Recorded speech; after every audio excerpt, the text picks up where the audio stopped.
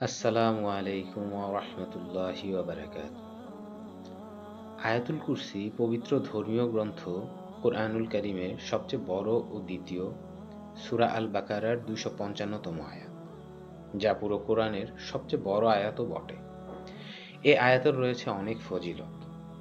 আয়াতুল কুরসির ফজিলত সম্পর্কে বিভিন্ন হাদিসে অনেক বর্ণনা পাওয়া যায়।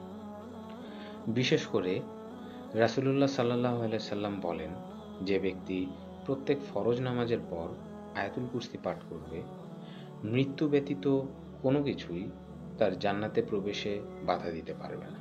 এছাড়াও প্রতি ৫ ওয়াক্ত নামাজে ফরজ সালাতের পর আয়াতুল কুরসি পাঠের পাশাপাশি সুবহানাল্লাহ ৩৩ বার, আলহামদুলিল্লাহ ৩৩ বার, আল্লাহু আকবার ৩৪ বার এবং একবার লা ইলাহা ইল্লাল্লাহু ওয়াহদাহু লা শারীকা লাহু লাহুল মুলক ওয়া লাহুল হামদ ওয়া হুয়া আলা কুল্লি শাইইন কাদির।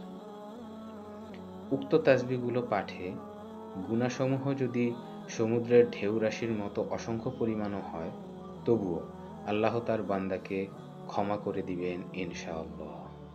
তাই আসুন প্রতিদিন ৫ ওয়াক্ত নামাজে ফরজ সালাতের পর আমরা এই ছোট্ট আমলটি করার চেষ্টা করি। নিয়মিতভাবে আমরা যদি এই আমলটি করি, তাহলে আমরা অসংখ্য পরিমাণ সওয়াবের সাথে সাথে আল্লাহর অনুগ্রহ লাভ করতে সক্ষম হব ইনশাআল্লাহ। দেখা যায় যে নামাজ শেষ করে আমরা অত্যন্ত তাড়াহুড়ার সহিত মসজিদ হতে বের হয়ে যাই, কিংবা সালাত শেষ করে ফেলি।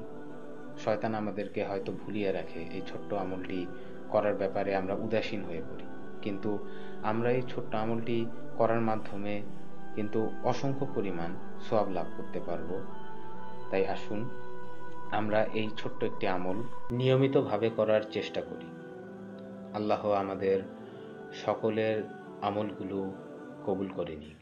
আমিন।